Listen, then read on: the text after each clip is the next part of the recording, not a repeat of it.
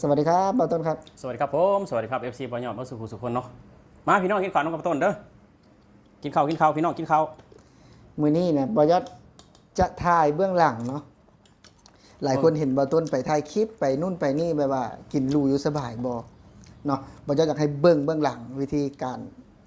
ใช้ชีวิตประจำวันพี่น้องเพิ่นต้อนรับบ่าวยอดพี่น้องเนาะด้วยเมนูนี้พี่น้องไก่พี่น้องเอ้ยไก่ใต้น้ำกับว่าไก่ใต้น้อบไก่กับว่าแมนต้นซื้อไก่เหนียวมาอันนี้บ่าวต้นเฮ็ดเองเลยเนาะแมนเพิ่นต้นจะมักซื้อกับเขาเพิ่นเฮ็ดต้อนรับต้นเฮ็ดเองต้อนรับบ่าวยอดพี่น้องเนาะต้อนรับบ่าวยอดเพื่อแบบว่าหมู่เพื่อนมาไปสิเนาะจะมีกับข้าวต้อนรับเนาะซึ่งว่าบ่าวยอดมาฮอดก่อนพี่น้องบ่าวยอดก็เลยกินเพิ่นก่อนเพิ่นเพราะว่าเพิ่นเลิกงานนะเพิ่นเลิกงานแบบว่าเลิกงานช้านะนี่แหละคือวิธีการกินพี่น้องเพื่อจะแบบว่ามีรายได้เนาะมีเงินเก็บนะถามว่าลำบากบ่ต้นกินแบบนี้นี่บ่ต้นคือแต่ก่อนบ่ต้นอยู่บ้านแห่งลำบากกว่านี้นะแห่งลำบากกว่านี้นี่อยู่ดีเนี่ยกินดีอยู่ดีสำหรับบ่ต้นนั่นเองแค่เพียงแบบว่าแนวกินนี่ก็มันเป็นเรื่องธรรมดาเนาะกินเด็กก็ได้ขอให้ว่าสิ้นเดือนมาสิ้นปีมามีเงินเก็บแบบนี้ป่ะแม่นคือบ่ต้นซื้อนี่มา90 บาทไก่นะบ่ต้นเฮ็ดแต่ว่าเมียบ่ต้นกิน3 เทื่อแหละไก่นี่นะบ่ยอดกินอีกบ่ต้นกินอีก5 เทื่อกินละ90 บาท5 เทื่อกินอะไรคือบ่ต้นนี่เฮ็ดหยังก็ต้องเฮ็ดรอบคอบบ่ต้นเท่ากับคือแบบเฮ็ดเพื่อมีเงินเก็บว่าง่ายซะเฮ็ดเพื่อมีเงินเก็บคือว่ากินได้เด็กก็ได้นะเงินมันสำคัญน่ะสมมุติว่าถ้าเฮาบ่มีเงินเด้สมมุติว่าเฮานอนอยู่ห้องเฮาป่วยเฮายังมาเด้ถ้าเกิดใส่ติ่งแตกได้ถ้าบ่มีเงินน่ะบ่ต้องคิดไปนั่นได้ก็คือกินนี่ก็กินตามธรรมชาติเลยอันนี้แหละบัดมื้อนี้บ่ยักก็เลยอยากถ่ายพี่น้องเบิ่งโอ้ยบ่าวต้นคือว่าไปบางทีก็ไปห้างไปดูนั่นดูนี่นะพี่น้องกันไปบ่ยักก็อยากถ่ายเนาะเบื้องหลังในวิธีการกินการอยู่การอาศัยเพิ่นคือแบบนี้แหละบ่าวต้นเฮ็ดเขากินน่ะบ่าวต้นแบบว่าต้นๆออกกินข้าวนอกบ้านเทื่อนึงนะจะบ่เคยเลยนะแบบว่าหมู่สวนยังได้ไปกินซุ่มแซวน่ะหมู่ไปอยู่ไปกินหาดลาบไปอยู่เนาะถ้าว่าอยู่กับเมียแบบชวนเมียไปกินข้าวอยู่ร้านอยู่ยังนี่บ่ต้นยังบ่เคยไปกับเมียนี่แต่งงานมานี่เคยไปกินข้าวอยู่ร้านบ่น่าจะตึ้งท่องเถื่อนเนาะเมียรับแล้วบ่เคยดอกประมาณนี้แหละก็คือส่วนหลายก็กินเฮ็ดให้เมียกินบ่คือเมียเฮ็ดให้กินเมียบ่ต้นเฮ็ดข้าวเป็นเมียบ่ต้นเฮ็ดหรือว่าเซ็นเว้าใส่ให้เพิ่นหลายก็เพิ่นบ่เป็นเนาะทุกคนแบบมีแต่บ่ต้นเฮ็ดให้เพิ่นกินคือบ่ต้นเป็นคนมาเฮ็ดกับข้าวนะเพิ่นบ่เฮ็ดบ่เป็นเฮ็ดอาหารบ้านเฮาแบบนี้แม่นเป็นผัดกะเพรานู่นนั่นนี่เพิ่นเป็นอยู่แม่นแต่ว่าจะกินอาหารบ้านเฮาอันนี้เมนูหยังนี่นะไก่ใต้น้ำหรือว่าอบไก่ก็ว่าได้นะบ้านเฮาห้องอบไก่เนาะอบไก่ประเทศไทยเป็นห้องไก่ใต้น้ำไก่เหนียวบ่ต้นซื้อมาทุกคนไก่เหนียวเป็นไก่เหนียวแล้วก็ไม่เฮ็ดกินเองแม่นกินเองนี่เป็นน้องวิธีข้าวนึ่งเองข้าวนี้ก็นึ่งเองนะกระติบบ่ยอดมาให้มันมาข้าวนี้เพิ่น FC เพิ่นมาฝากจาก100 เอสข้าว FC เพิ่นเอามาฝากข้าวนี้นะแม่นมาฝากเพิ่นเอามาฝากจาก100 เอสมีข้าวเหนียวเนี่ยข้าวเจ้าเนี่ยบ่ต้องยังบ่ได้ซื้อข้าวตอนซื้อแต่อาหารก็ถือว่าการกินแบบนี้แล้วพี่น้องกินพื้นๆแบบนี้เลยนะวิธีการกินนะคือว่าโอ้ยเบาต้นคือบ่มีเก้าอี้อย่างเนาะเพราะว่าห้องมันก็บ่ได้กว้างพี่น้องเนาะมันก็มีหลายอย่างก็6ว่าซั่นซะแม่ก็เลยว่ากินแบบนี้เลยคือว่าบางคนหมู่นะคือว่า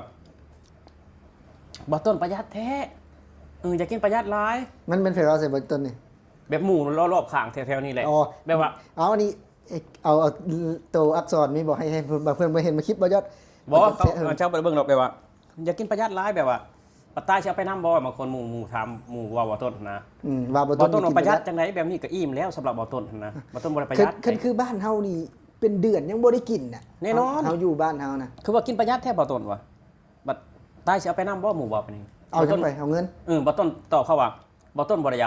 ยากสบายตอนตายแต่บ่ต้นอยากสบายตอนมีชีวิตอยู่นี่ตายไปนังเทื่อเขาก็ให้เหรียญ10หรือเหรียญบาทเนาะตายไปหั่นน่ะแต่ว่าอยากมีชีวิตที่สบายตอนนี้แล้วก็อยากให้ลูกเมียเฮาสบาย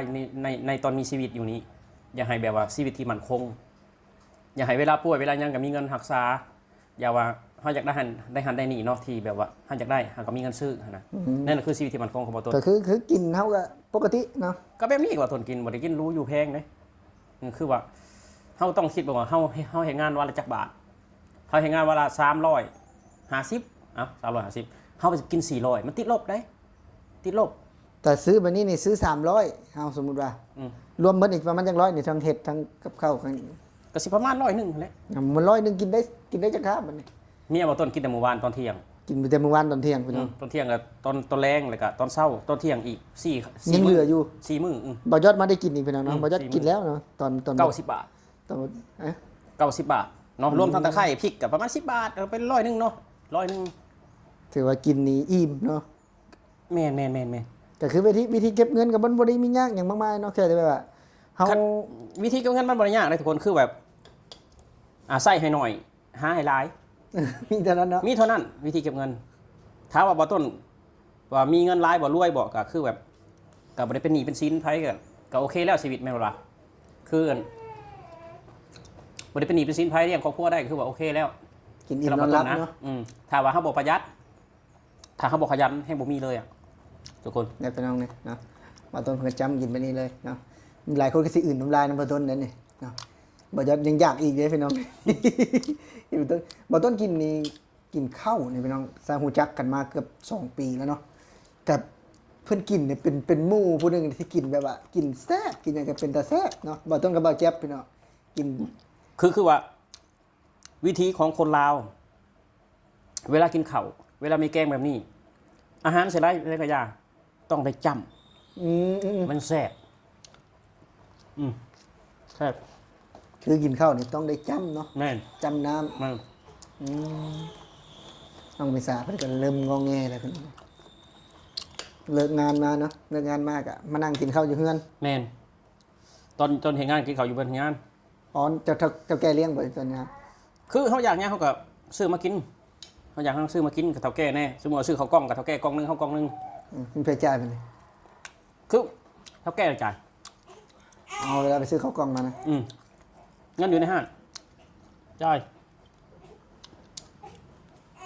ถ้าเจ้าแกมาบนต้นก็ซื้อมาเพื่อเลยเนาะนี่ว่าไปเลย คือบ่ต้นไปส่งของขับรถไปส่งหมูอ่ะ 8 โมงบ่ต้นก็ซื้อกับเขาวมา ครับซื้อมาเพื่อเพิ่นเลย แม่น บ่ต้นกินข้าวนี่ใส่มือแบบนี้เลยนะ แม่นเขาคือจะเอาแบบจิ้มเนี่ยบ่ บ่ ได้ ได้หนัง คือ หน้าเนาะ คือคนเราเขาก็ต้องแบบใส่มือลายแต่ก่อนมันบ่มีฮอตซ่อนได้บอกความจริงบ่มีซ่อนแต่ก่อนเพื่อนมาต้นบ่มี เพื่อนบ่ยอดน่ะตอนบ่ยอดยังน้อยนะพี่น้องตั้งแต่1 ขวบเนาะฮอดประมาณสัก10 ขวบเนี่ยคนมี4 คนเนาะงานบ่ยอดตอนนั้นนะมีบ่ยอดแล้วก็น้องบ่ยอดเพราะว่าน้องล่ายังวันเกิดซ้อนเนี่ยอันเดียวอะบ่วงนี่มีบ่วงอันเดียวก็เปลี่ยนแต่สดเป็นแต่สดพอวันนี้พอเขาใหญ่มาเขาได้เห็นทีวีไทยเลยเพิ่นกินในบ่วงคนละอันเด้เพราะหมู่บ้านบ่ยอดน่ะจะมีแบบว่าบ่วงก้านเดียวบ่วงก้านเดียวพอเห็นคนไทยทีแรกเขาแนมบางคนไทยนะแบบว่าเพิ่นแบบว่าดัดจริตบ่เพิ่นเฮ็ดเอาบ่แต่พอเฮามาเบิ่งเนาะแบบว่าเฮาพัฒนาขึ้นนะมันควรที่จะเป็นในนั้นน่ะถ้าปกติมันเวลาเฮากินเนาะคันคือบ้านบ่ยอดนี่ไอ้นี่เนี่ยก้านเดียวนี่เป็นน้องไงซ้อนบอกว่าน้อง คาดว่าคือให้คนไทย หรือว่าคนในกรุงเทพเอามือจับแบบเฮาเพิ่นบ่ถนัดเข้าใจบ่เพราะเพิ่นเคยใช้ซ่อนกับตะเกียบมาแต่ยังน้อยๆถามว่าให้เฮานี่เอาซ่อนแหละ2 อันแล้วมาจี้ไก่นี่มันถนัดบ่ถนัด บ่สะใจ เพราะว่าบ้านเฮามันบ่มีซ่อนตะกี้เฮาใส่มือ คือกันกับคนเมียนมาแหละเป็นหยังเขาคือบ่เอาซ่อนกินข้าวเป็นหยังเขาคือเอายุบใส่มือข้าวสวยอ่ะมันก็ถนัดไปถนัดมัน แบบว่าเกิดมาแบบไหนเนาะ แม่น ใส่แบบนั้น คือว่าแต่ก่อนนะเพื่อนบ่ต้นบ่มีฮอดซ่อนนะคือตอนบ่ต้นเกิดใหม่ๆบ่ต้นยังทันซ่อนเป็นสีเขียวเนาะฝาก FC เนี่ย FC ไทยทุกคนเนาะถ้าผู้ใดแบบอายุ40ขึ้นนี่น่าจะทันสอนสีเขียวสอนสีเขียว คือบ้านเฮานี่ถ้าหากว่าเรื่องมือนะบ้านเฮาอาจจะบ่ได้แม่นถนัดใช้เรื่องมือเข้าใจบ่บ้านเฮานี่จะเลือกเป็นอาหารอะไรตอนแม่นบ่ บ่แม่นว่าเพิ่นมักใส่มือเด้เพิ่นจะเลือกเป็นอาหารคืออาหารประเภทแกงแบบนี้นะ เพิ่นก็จะใส่บ่วงทั้งอย่างสดน้ำแต่เมียนมาเพิ่นบ่ได้เด้เพิ่นจะเทเพิ่นโคเลเลยคนละอัน แกงก็คือแกงไก่แบบนี้ใส่มือถ้าว่าแกงหน่อไม้ก็ใส่ช้อนอีกบ้านเฮา บ่เฮาใส่มือเฮาก็ตักขึ้นมาก่อน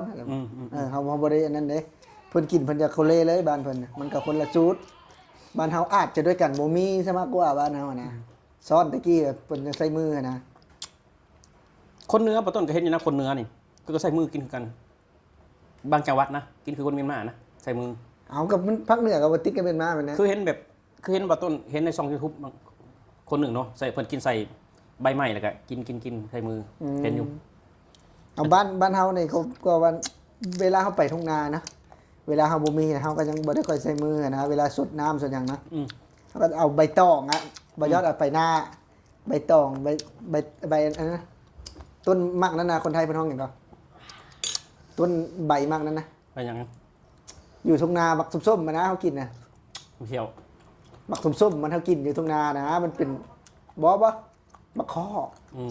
เนี่ยใบนะเวลาเฮาไปนานะเฮาก็จะเฮ็ดเป็นบ่วงตักสดกินนะตัวอย่างน้อยลำบากนะตัวอย่างน้อยนะนี่แหละเป็นวิธีการเก็บเงินของวัดต้นเนาะบ่ได้มีหยังแค่แบบว่า กินให้น้อยเนาะหาให้หลายแค่เท่านั้นคือ ใส่ให้หน่อยหาให้หลาย ใส่ให้น้อยหา ใส่ ให้ ให้ ห หน่ ลา อย ย หาให้หลาย ได้เงินเก็บแน่นอนพี่น้องเนาะ แม่น ก็สำหรับคืนนี้ก็สิบ่กวนเพิ่นแล้วเพิ่นสิอิ่มพร้อมแล้วบ่อยากนั่งเว้าไปพร้อมพี่น้องนอกกับเบิ่งเพิ่นกินไปพร้อมก็เป็นตาแซ่บแต่นัวได้พี่น้องเด้เนาะสำหรับคลิปนี้ก็ถือว่าบ่ยอดก็สิขอลาพี่และน้องไปก่อนเนาะบ่ต้นก็อิ่มพอดีพี่น้องเนาะสวัสดีครับ สวัสดีครับ ผ บ่ต้น ม